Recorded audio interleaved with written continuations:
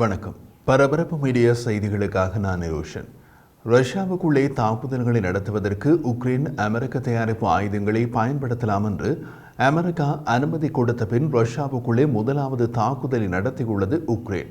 ரஷ்யாவுக்குள்ளே Belgorod பிராந்தியத்தில் உள்ள S-400 வான் பாதுகாப்பு சாதனங்கள் மீது தாக்குதல் நடத்தி அளித்துள்ளது உக்ரைன் ராணுவம். இந்த தாக்குதலுக்கு அமெரிக்க தயாரிப்பு M142 ஹைமார்ஸ் பல்குழல் ராக்கெட் ஏவுகள் பயன்படுத்தப்பட்டதாக ரஷ்ய ஊடகங்கள் கூறுகின்றன. உக்ரைன் எல்லைக்கு வடக்கே சுமார் 55 கிலோமீட்டர் தொலைவில் வைக்கப்பட்டிருந்த S-400 வான் பாதுகாப்பு சாதனங்கள் மீதான தாக்குதல் ரஷ்ய ராணுவம் உக்ரைனின் கார்கிவ் பிராந்தியத்தை நோக்கி நடத்தும் தாக்குதல்களை சீர்குலைக்க நடத்தப்பட்டுள்ளது. ரஷ்ய மண்ணில் ஹைமார்ஸ் போன்று அமெரிக்க நன்கொடை ஆயுதங்களை பயன்படுத்த பைடன் நிர்வாகம் ஒப்புதல் அளித்து சில நாட்களுக்கு பின்னர் இந்த தாக்குதல் நடந்துள்ளது. ரஷ்ய ஊடகம் ஸ்பைடோசியர் டெலிகிராம் சேனல் S-400 வான் பாதுகாப்பு சாதனம் ஒன்று எரியும் போது படமாக்கப்பட்ட காணொளி மற்றும் புகைப்படங்களை முதலில் வெளியிட்டது. ரஷ்ய வான் பாதுகாப்பு டிரான்ஸ்போர்ட்டருக்கு அருகே நின்று படமாக்கப்பட்ட 10 வினாடி காணொளி தூரத்தில் தீப்பிழம்புகள் மற்றும் புகை எழுவதை காட்டுகிறது. காணொளியில் இருந்து என்ன எரிகிறது என்பது தெளிவாக தெரியவில்லை என்றாலும் அதன்பின் வெளியான கூடுதல் படங்கள் தாக்கப்பட்டவை பற்றிய மேலதிக விவரங்களை தருகின்றன. வெளியான புகைப்படங்களில் இருந்து குறைந்தபட்சம் 2 S-400 வான் பாதுகாப்பு சாதன சிஸ்டங்கள் எரிந்திருப்பதை காணக்கூடியதாக உள்ளது. அதே நேரத்தில் அமெரிக்க தயாரிப்பு M142 ஹைமார்ஸ் பல்குழல் ராக்கெட் ஏவுகளில் பயன்படுத்தப்படும் சுமார் 85 கிலோமீட்டர் தாக்குதல் வரம்பை கொண்டு வழிகாட்டப்பட்டு GMLRS ராக்கெட்களின் எச்சங்களை அந்த படங்கள் காட்டவில்லை. இந்த தாக்குதலில் M142 ஹைமார்ஸ் பல்குழல் ராக்கெட் ஏவுகள் பயன்படுத்தப்பட்டன என்பதை சுயாதீனமாக உறுதி செய்ய முடியவில்லை. இருப்பினும் தாக்குதல் வரம்பு மற்றும் தாக்கப்பட்ட இலக்கு வகை பற்றி நாம் அறிந்தவற்றின் அடிப்படையில் தாக்குதலுக்கு பயன்படுத்தப்பட்டது அமெரிக்க தயாரிப்பு M142 ஹைமார்ஸ் பல்குழல் ராக்கெட் ஏவுகளாகவே பெரும்பாலும் இருக்கும் என்பதை ஒப்புக்கொள்ளலாம். அத்துடன் உக்ரைனுக்கு ஏற்படும் நேரடி அச்சுறுத்தல்களுக்கு எதிராக கார்கிவ் பிராந்தியத்திற்கு அருகே ரஷ்யாவுக்குள் தாக்குதல் நடத்த அமெரிக்க ஆயுதங்களை பயன்படுத்த முடியும் என்ற வெள்ளை மாளிகையின் புதிய கொள்கையுடன் இது பொருந்துகிறது. தாக்குதலுக்கு என்ன ரக ஆயுதம் பயன்படுத்தப்பட்டது என்ற செய்தியாளர்களின் கேள்விகளுக்கு பென்டகன் செய்தி தொடர்பாளர் இந்த கேள்வியை உக்ரைனிய ஆயுதப்படைகளிடம்தான் கேட்க வேண்டும் என்று அந்த பக்கம் கையை காட்டிவிட்டார். உக்ரைனிய ஆயுதப்படைகள் அது பற்றி இன்னமும் அறிக்கையை வெளியிடவில்லை. இருப்பினும் ரஷ்ய ஊடகம் ஸ்பைடோசியர், பிற ரஷ்ய டெலிகிராம் சேனல்கள் மற்றும் உக்ரைனிய ஊடகங்கள் GMLRS மூலம் தாக்குதல் நடத்தப்பட்டதாக தெரிவித்தன. ரஷ்யாவின் துணை வெளியுறவு அமைச்சர் ரஷ்யாவுக்குள் அமெரிக்க ஆயுதங்களை பயன்படுத்துவதற்கு எதிராக எச்சரித்தார். ஆனால் அவர் எந்த ஒரு ஆயுதத்தின் பெயரையும் குறிப்பிடவில்லை. ஆனால் பெல்கரோட் பிராந்தியத்தில் S-400 வான் பாதுகாப்பு சாதனம் தோல்வியடைந்ததன் விளைவை காணொளி காட்டுகிறது என்று ரஷ்ய ஊடகம் ஸ்பைடோசியர் தெரிவித்துள்ளது. ரஷ்ய கிரெம்ளின் ரகசியங்கள் என்ற பெயருடைய மற்றொரு ரஷ்ய டெலிகிராம் சேனல் நண்பர்களே, பெல்கரோட் பகுதியிலிருந்து எங்களுக்கு மோசமான செய்தி கிடைத்துள்ளது என்று தெரிவித்துள்ளது. அவர்கள் மேலும் வெளியிட்ட தகவலில் எதிரியின் அடி துல்லியமாக இருக்கிறது. 2 S-400 வான் பாதுகாப்பு அமைப்புகள் முழுமையாக அளிக்கப்பட்டன. மேற்கத்திய பாணி ஆயுதங்களை பயன்படுத்தி இந்த தாக்குதல் நடத்தப்பட்டது. ஆரம்ப நிலை ஊகம் பெரும்பாலும் ஹைமார்ஸ் ஆயுதம் பயன்படுத்தப்பட்டிருக்கலாம். எங்கள் தகவல்களின்படி உக்ரைனின் கார்கிவ் மற்றும் எல்லை மண்டலத்தில் உள்ள மக்கள் வசிக்கும் பிற பகுதிகளை தாக்க S-400 வான் பாதுகாப்பு அமைப்புகள் பயன்படுத்தப்பட்டன.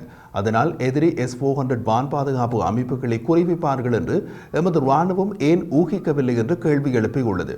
மேலும் துரதிருஷ்டவசமாக ரேடார் மற்றும் நிறை துணை உபகரணங்களும் அளிக்கப்பட்டன. சம்பவம் குறித்த தகவல்களை நாங்கள் விரிவாக சரிபார்த்துள்ளோம் என்பதை நினைவில் கொள்ளவும். வான் பாதுகாப்பு அமைப்புகள் மீதான தாக்குதலின் போது 2 அதிகாரிகள் இறந்தனர் என்றும் கிரெம்ளின் ரகசியங்கள் என்றும் ரஷ்ய டெலிகிராம் சேனல் கூறியுள்ளது. போர் தொடங்கிய காலத்திலிருந்தே பெல்கரோட் இதற்கு முன்னர் பல தடவைகள் தாக்குதலுக்கு உள்ளாகியுள்ளது. கிரெம்ளின் ரகசியங்கள் ரஷ்ய டெலிகிராம் சேனல் வெளியிட்ட மற்றொரு பதிவில் பெல்கரோட் கவர்னர் வியாசல்லாவ் கிளாட்கோவின் உதவியாளர் ஒருவர் கூறியதாக வெளியிட்ட தகவலில், இப்போது உக்ரைனிய ஆயுதப்படைகள் மேற்கத்திய ஆயுதங்களால் எங்களை தாக்க அனுமதி பெற்றுள்ளதால் அவர்கள் அடிக்கடி தாக்குதல் நடத்துவார்கள் என்று கூறப்பட்டுள்ளது. இந்த தாக்குதல் மாஸ்கோவில் இருந்து கோபமான எச்சரிக்கையினை வெளியிட வைத்தது. ரஷ்யாவின் துணை வெளியுறவு அமைச்சர் செர்கி ரியாப்கோவ் வெளியிட்டிருந்த அறிக்கையில், அமெரிக்க அரசியல்வாதிகளின் தவறான கணக்கீடுகளுக்கு எதிராக நாங்கள் எச்சரிக்கின்றோம். அறியப்படாத காரணங்களுக்காக அமெரிக்க அரசியல்வாதிகள் நம்மிடமிருந்து பெறக்கூடிய எதிர்ப்பின் தீவிரத்தை குறைத்து மதிப்பிடுகின்றனர். இது அபாயகரமான விளைவுகளை ஏற்படுத்தக்கூடும் என்று எச்சரித்தார். ரஷ்ய ஜனாதிபதி விளாடிமிர் புட்டின் இந்த தலைப்பில் பல முறை எச்சரித்துள்ளார். அவை வெறும் வாய் எச்சரிக்கையாகவே கடந்து போனதே தவிர வேறு எதுவும் நடக்கவில்லை. பரபரப்பு மீடியா யூடியூப் சேனலில் நாம் ஏற்கனவே குறிப்பிட்டுள்ளதன்படி உக்ரைன் S-400 வான் பாதுகாப்பு சாதனங்கள் மீதான தாக்குதலுக்கு 2 முக்கிய காரணங்களுக்காக முன்னுரிமை அளித்துள்ளது. முதலாவதாக உக்ரைனின் இலக்குகளை தாக்குவதில் கடினமாக்கும் விதத்திலும் ரஷ்ய ராணுவத்தின் மீது உக்ரைனின் தாக்குதல்களை எளிதாக்கும் விதத்திலும் ரஷ்ய வான் பாதுகாப்புகளை சிதைப்பது. நீண்ட தூர வரம்புள்ள S-400 வான் பாதுகாப்பு சாதனங்கள் உக்ரைனிய விமானங்களை அச்சுறுத்துகின்றன மற்றும் 250 கிலோமீட்டர் சுற்றளவில் உக்ரைனின் ஆயுத செயல்பாடுகளை அச்சுறுத்துகின்றன. கூடுதலாக S-400 வான் பாதுகாப்பு சாதனங்கள் வைக்கப்பட்டுள்ள எல்லையில் போர் மிகவும் சூடுபிடித்துள்ள நிலையில் S-400 உக்ரைனிய விமானங்களை அச்சுறுத்துகிறது. இரண்டாவதாக ரஷ்ய S-400 வான் பாதுகாப்பு சாதனங்களால் ஏவப்படும் ஏவுகணைகளை கார்கிவ் மீது தாக்குதல் நடத்த நீண்ட தூர தாக்குதல் ஆயுதங்களாக பயன்படுத்துகிறது. S-400 வான் பாதுகாப்பு சாதனங்கள் உக்ரைன் எல்லைக்கு மிக அருகில் இருப்பதால் உக்ரைனிய கட்டுப்பாட்டில் உள்ள பகுதிக்கும் நீண்ட தூர தாக்குதல் ஆளற்ற விமானங்களுக்கான முக்கிய விமான வழித்தடத்திற்கும் இடையில் அமர்ந்துள்ளது. உக்ரைனின் நீண்ட தூர தாக்குதல் ஆளற்ற விமானங்கள் ரஷ்யாவுக்குள் மாஸ்கோ வரை தொடர்ந்து தாக்குகின்றன. அவற்றின் பாதையை S-400 வான் பாதுகாப்பு சாதனங்கள் இடைமறிக்கின்றன. S-400 வான் பாதுகாப்பு சாதனங்கள் தாக்கப்பட்ட பெல்கரோட் பிராந்தியம் ஏற்கனவே உக்ரைனிய ஆளற்ற விமானங்களின் இலக்கு பகுதியாகும். அதனால் S-400 வான் பாதுகாப்பு சாதனங்களை தாக்கி அளிப்பது அந்த ஆளற்ற விமானங்களின் உயிர் வாழ்வை அதிகரிக்க உதவும். இப்போது ரஷ்யாவின் இந்த பகுதியில் உள்ள இலக்குகளுக்கு எதிராக மேற்கத்திய ஆயுதங்களை பயன்படுத்த அனுமதிக்கப்படுவதால் பயன்படுத்தக்கூடிய குரூஸ் ஏவுகணைகளும் S-400 வான் பாதுகாப்பு சாதன அமைப்புகளால் அச்சுறுத்தப்படும். அது மட்டுமல்ல, அமெரிக்க தயாரிப்பு F-16 விமானங்கள் விரைவில் உக்ரைனுக்கு வருவதால் ரஷ்யாவின் வான் பாதுகாப்புகளை அளித்தால்தான் அந்த ஜெட் விமானங்கள் மோதலில் முடிந்தவரை பயனுள்ளதாக இருக்கும். கடந்த 24 மணி நேரத்தில் ரஷ்ய எல்லையில் 23 ஹைமாஸ் ராக்கெட்கள் சுட்டு வீழ்த்தப்பட்டதாக ரஷ்ய பாதுகாப்பு அமைச்சு தெரிவித்துள்ளது. ஆனால் ரஷ்யாவுக்குள்ளே S-400 வான் பாதுகாப்பு சாதனங்கள் எரிவது பற்றி ரஷ்ய பாதுகாப்பு அமைச்சு எதுவும் தெரிவிக்கவில்லை. உக்ரைனிய ஜனாதிபதி செலன்ஸ்கி கார்கிவ் அருகே ரஷ்யாவுக்குள் அமெரிக்க ஆயுதங்களை பயன்படுத்துவதற்கான அனுமதிக்காக நன்றி தெரிவித்தார். இதைவிட அதிக தூர வீச்சு கொண்ட ஆயுதங்களை கொண்டு ரஷ்யாவுக்குள் ஆழமான பகுதிகளில் உள்ள ராணுவ விமான தளங்களை தாக்க அனுமதிக்கப்பட வேண்டும் என்றும் கோரிக்கை வெளியிட்டார். இதுவரை அமெரிக்கா வழங்கிய ஆயுத பயன்பாட்டிற்கான அனுமதிகளை விரிவுபடுத்துவது கார்கிவில் உக்ரைனுக்கு சாதகமான சூழ்நிலையை ஏற்படுத்திவிடலாம். திங்கட்கிழமை வெள்ளை மாளிகையின் தேசிய பாதுகாப்பு கவுன்சிலின் செய்தி தொடர்பாளர் ஜான் கிர்பி அமெரிக்கா நன்கொடையாக வழங்கும் எந்தெந்த ஆயுதங்களை எதிர்காலத்தில் ரஷ்யாவுக்குள் பயன்படுத்தலாம் என்பதை பொறுத்தவரை உறுதியான முடிவு எதுவும் எடுக்கப்படவில்லை என்று கூறினார். உக்ரைன் ராணுவ தந்திரோபாய ஏவுகணை அமைப்பு ATACMS-ஐ ரஷ்யாவுக்குள் நீண்ட தூர தாக்குதல்களுக்கு பயன்படுத்துவதற்கான அமெரிக்க தடை இப்போது மாறவில்லை என்றாலும் அந்த கொள்கையின் எதிர்கால மாற்றங்களுக்கான சாத்தியங்களையே கிர்பி அப்படி தெரிவித்தார். கிர்பி மேலும் கூறிய போது, உங்களுக்கு நன்றாக தெரியும், இந்த போரில் எமது ஒவ்வொரு நடவடிக்கையும் போர்க்கள நிலைமைகள் மாறும்போது நாங்களும் மாற்றியுள்ளோம். அதேபோல உக்ரைனுக்கு கொடுக்கப்படும் எங்கள் ஆதரவையும் அடிக்கடி மாற்றியுள்ளோம் என்று கூறினார். அவர் மேலும் கூறிய போது, வரும் வாரங்கள் மற்றும் மாதங்களில் உக்ரைனுக்கு அனுப்பப்பட்ட பல ஆயுதங்களை பயன்படுத்தும் விஷயத்திலும் மாற்றங்களை பார்ப்போம்.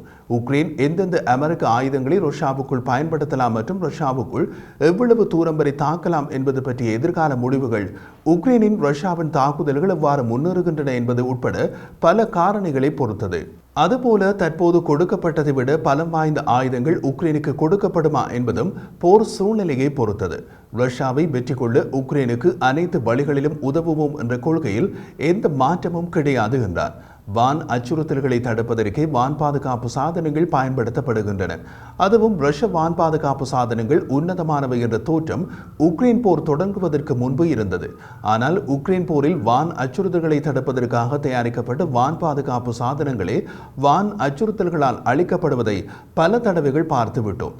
அதுவும் ரஷ்ய வான் பாதுகாப்பு சாதனங்கள் ரஷ்யாவுக்கு உள்ளேயே அமெரிக்க ஆயுதங்களால் அளிக்கப்படுவது யாராலும் எதிர்பார்க்கப்படாத ஒரு திருப்பம்தான். இந்த போரில் போக போக வேறு எதையெல்லாம் பார்க்க போகிறோமோ.